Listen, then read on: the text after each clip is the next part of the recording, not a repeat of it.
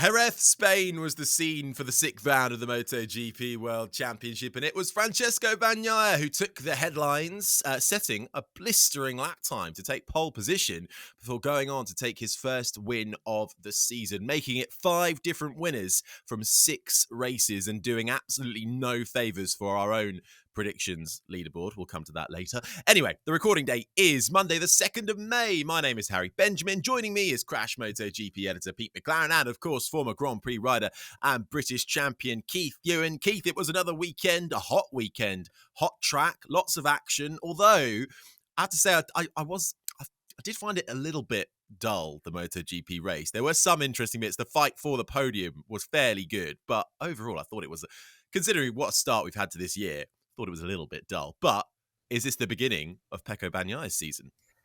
It's a fairly high bar when it comes to MotoGP and action, isn't it, really, when you're talking about it? We're going to get onto cars in a little while because of Valentino Rossi, of course. If we're talking dull, honestly, Harry, I don't know how you can put your oar in that one. But yeah, you're right. I've got to agree with you. It was just a little bit below par as far as the action was concerned. But of course, if you're a purist like me and Pete, then you can appreciate every single turn of every single wheel of every single lap. And you've got to appreciate everybody is absolutely on the very, very edge all of the time, especially at a place like Jerez, when the track was warming up to something close to 50 degrees on race day. It just got warmer through the weekend. We'd got weepers coming out the track, something you'll be familiar with, Harry, on ovals and stuff like that, that sometimes when you've had rain in the last week, somewhere the water always finds a way through the back of the track and it just comes up in the odd little, well, you can't even see a crack, it just oozes through. And Jerez does suffer from that a little bit. And we'd had really bad rain on the Thursday. So it interfered with everybody's sort of setup. They're having to dodge damp patches here, there and everywhere. And there's some quite big crashes on damp. Marc Marquez crashed twice on one lap.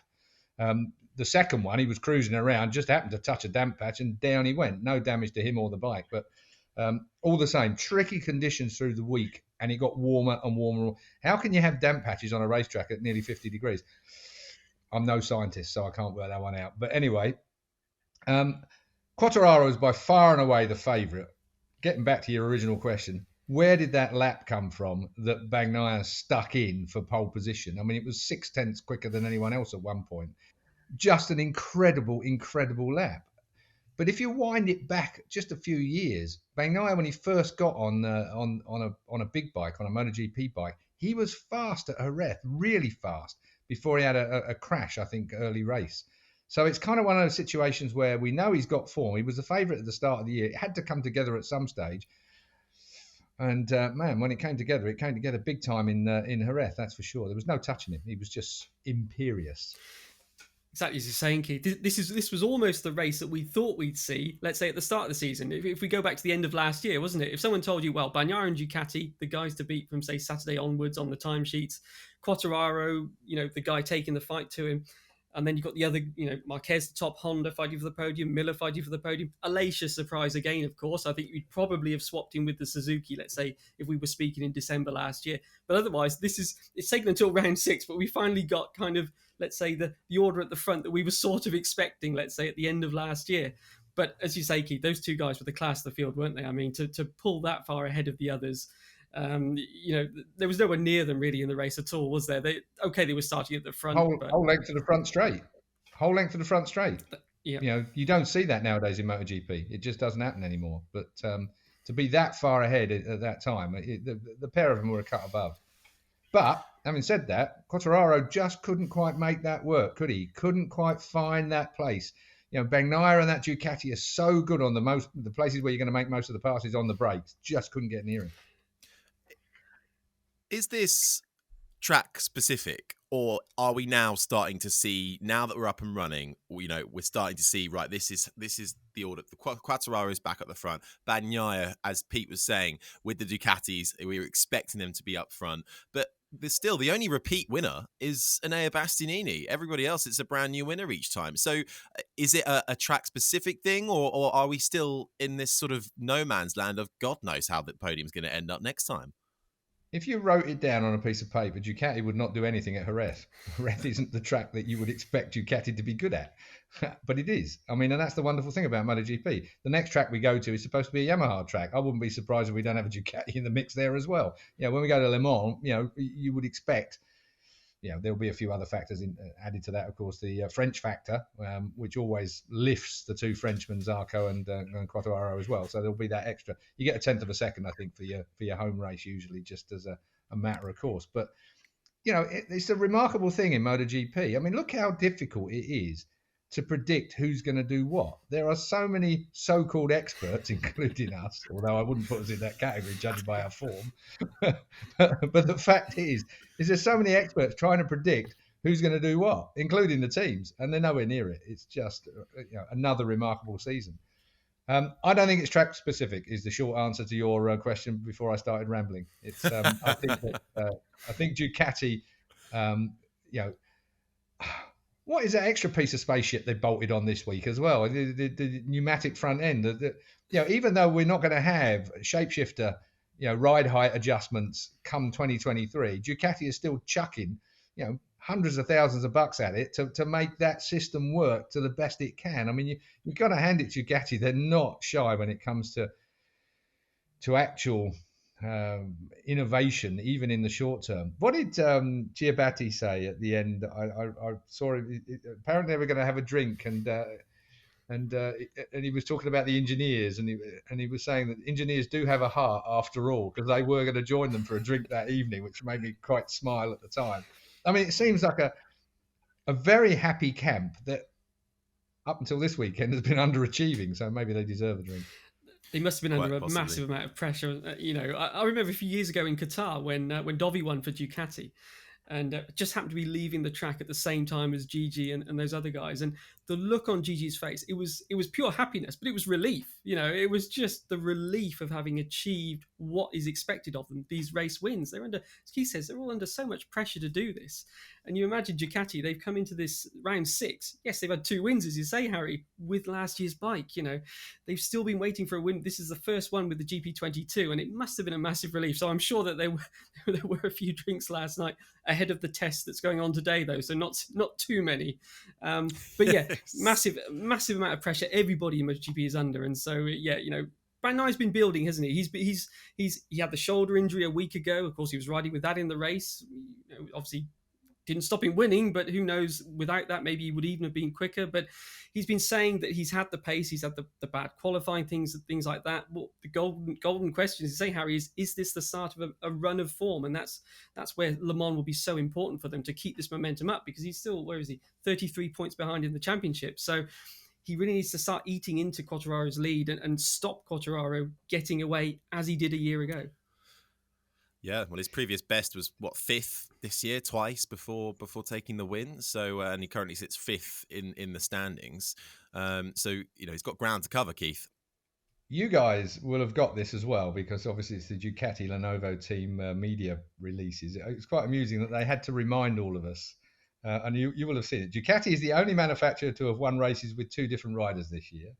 The Ducati Desmosedici GP is the only bike who has started from the front row in every race this season. Ducati has scored 3 wins out of 6 Grand Prix held in 22 so far. Ducati is the only manufacturer who's been on the podium in every race held this season so far. Now, they've got 8 bikes. Yeah. They didn't have that one. It's quite funny that they kind of had to send that out just to remind all us media types of how well they have actually been doing. It was certainly, as you say, probably a bit of a weight off their shoulders. Rounding out the podium was, of course, Aleix Espargaro in the Aprilia. Might I remind our dear listeners and Keith that myself and Pete McLaren both predicted that Aleix Espargaro would be on the podium and that he would finish in 3rd, and that Aprilia would then officially lose their concession. So I think we get bonus points for that one, Pete. So I think we're off and running on that. You do. I started you off last time out when the prediction was more difficult to predict. And it's obvious he was going to lose concession, so you don't get a point for that. We'll have to talk about that. But yeah, Keith, I mean, great news for Aprilia, and a great ride once again from Aleix. Yeah, and I said this before we came on air a minute ago, that, are we underestimating Aleix? Has he made the step as much as Aprilia have made the step? It's going to be very interesting. Viñales still isn't cutting the mustard, so you can pretty much expect him to be, well, I don't know where he's going to go at the end of this year. I really don't. I mean, he is a brilliant rider, Maverick Viñales. even came out with the proper Top Gun Maverick helmet this weekend for special effects. I mean, that had a second in it on its own, like from my standing anyway. I even watched Top Gun again the other night just to remind myself of how poor a movie it was. But the fact is that Maverick's not performing. Aleix is performing. Some of that has got to be down to the rider.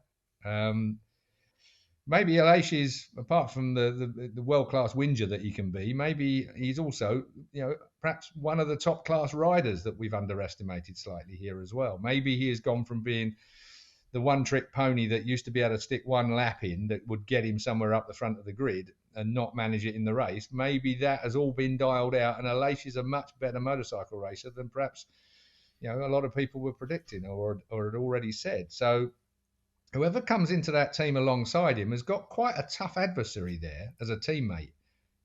He's got confidence. He's had a couple of third places now, which has put them where they ought to be. So they are on the same situation next year as most other manufacturers this year. They'll only have 7 motors next year. They lose extra testing concessions and so on and so forth. There's quite a lot they lose next year. But they're there. They're in that place. Great system, MotoGP. Great system to bring the lagging party. And of course, any other manufacturer that doesn't get podiums can gain concessions as well. So it works both ways. It's not like you had them once and you can't get them again. If you've got someone who falls behind, then concessions can come back in for that manufacturer. So it's a great system that Dorna and IRTA and obviously to some extent, I suppose, the FIM, or did they just rubber stamp it? I can't remember. Yeah, probably. Cynical Ewan, as usual. Aprilia they'll be the third manufacturer to sort of graduate through this concession system, which, as Keith says, is working really well. So we saw Suzuki go through it, and then they actually dropped back for a year, didn't they? As Keith says, they had one season without a podium, and if that happens for anyone in MotoGP, you get concessions the next year. So they then dropped into concessions again and came out of it again. We've seen KTM come out of it, stay out of it. That's worked well for them. And so now it's over to Aprilia. As Keith says, from next year, everybody would be under exactly the same rules. The only thing that they lose immediately is that they can't do any private testing now with Aleix and Vinales. But they haven't done any of that since the season began, so you can't imagine it's going to really be much of a setback for them. Vinales maybe will wish that he had more time on the bike, but for Aleix, I mean, he sort of joked it'll give him a bit more time at home. So. You know what? I mean, they've just done a MotoGP weekend. I don't know about you, Pete, but as a journalist, everyone's knackered on a Monday, absolutely destroyed. Imagine now that today, while we'd had our cups of tea, got up a little bit later than normal on Monday to do our little podcast and have a little chat with your mates, they're all buzzing around Jerez in the heat right now, slogging their guts out, trying to find something else for Le Mans and for the future. Testing is a nightmare when you're testing through the year. They have got 19 rounds of Grand Prix to do this year. Back-to-backs all over the place. All the travel that goes with that. I know it goes with the job, and having travelled the world in a very fortunate position to have travelled the world as a commentator, because when I was racing in Grand Prix, it was pretty much a European Championship.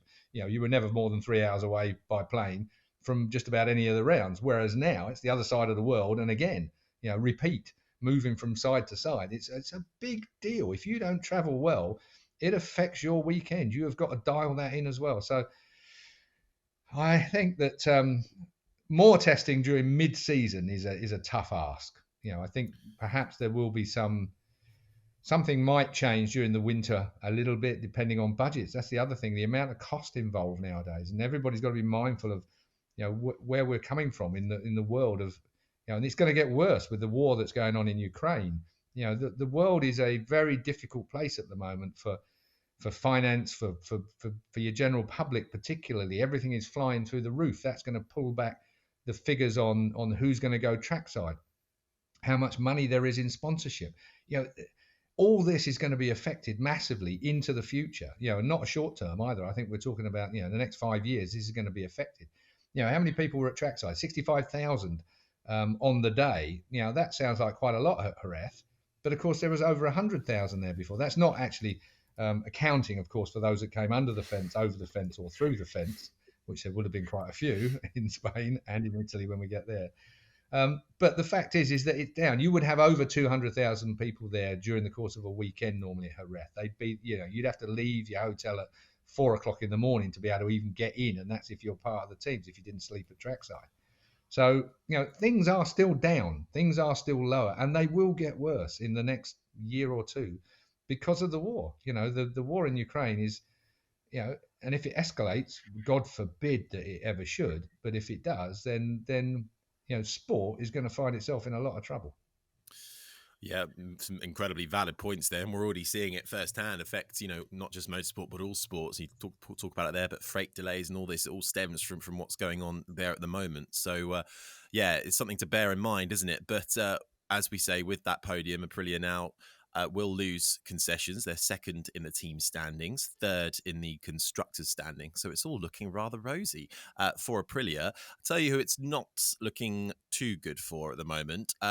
Came onto the scene last year, bright spark, now 24 years old. In Keith Ewan's mind, that's over the hill for Jorge Martin. Too many crashes, Keith. He's fast, but is he a bit too furious?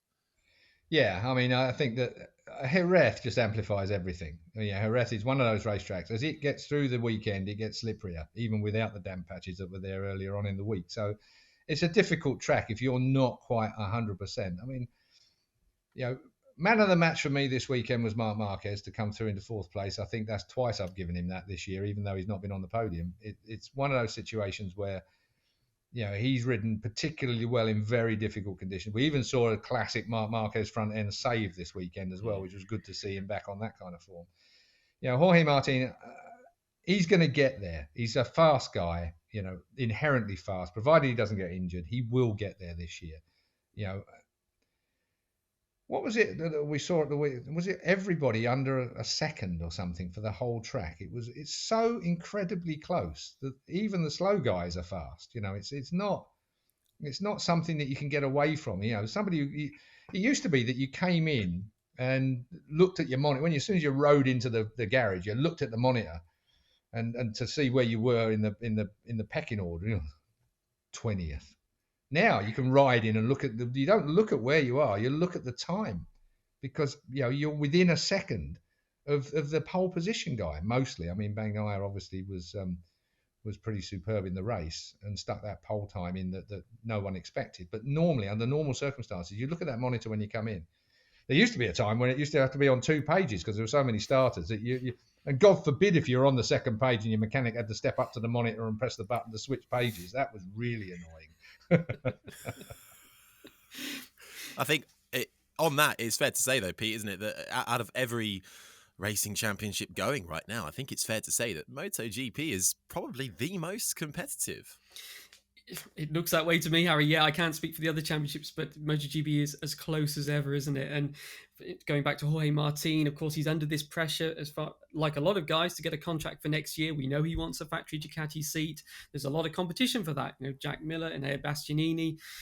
Jorge Martin, as you say, he's shown his speed. I mean, I think 4 front rows this year, wasn't it? And he's had 1 podium. But yeah, it's just sort of the last few races and all these incidents. I guess it comes back to that question, doesn't it? Is it easier to get a fast rider to maybe stop crashing than it is to make a slow rider fast? That classic sort of motorsport quote that probably applies that he's another one of those guys, but it's not helping his cause, is it, at this exact moment where you've got this competition for the seats next year? And but Bastianini also, the last 2 rounds, I mean, it hasn't gone to plan for him. So difficult decisions to make at Ducati, and especially Jorge Martin, he's already on the latest bike, so there's really only one place up he can go, if you like, and that is to the factory team.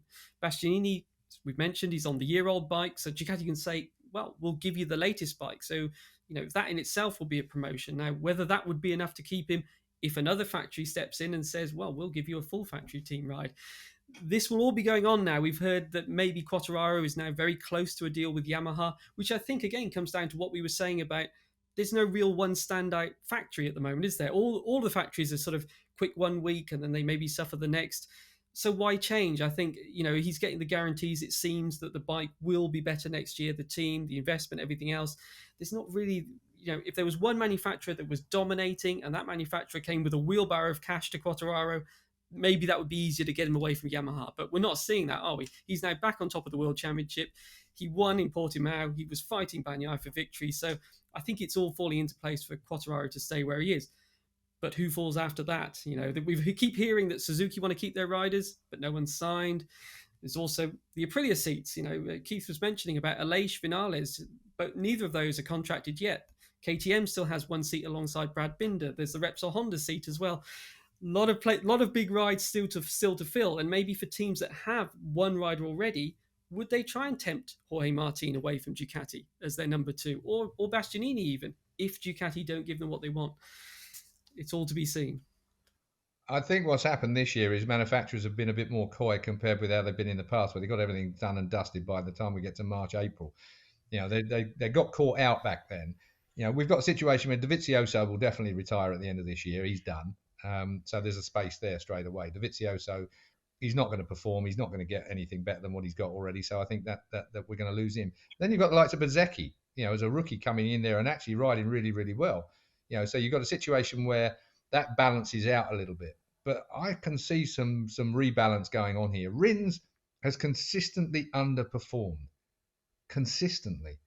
He makes unforced errors. If he was a tennis player, he'd be down the rankings because he makes unforced errors, and that seems to be, he's fast, but he does seem to just break away so often. I can't get a grip on Rins at all. Mir is perhaps just about getting back to where he needs to be. Suzuki's looking good. It's a really difficult one to call this year. I've got to say there are a few riders that you might consider dropping, and one or two that are sort of beginning to perform. Marini. I expected Marini to be slightly better than he is now. He's obviously going to be safe because of his brother. I'm sure you'll want to get onto that subject in a minute, Harry. Well, yeah, lovely segue. But I just want to pick up on what you've said about Rins and Mir, actually, because you say that about Rins, but you look at the results and you look at the standings. Rins is ahead of Mir.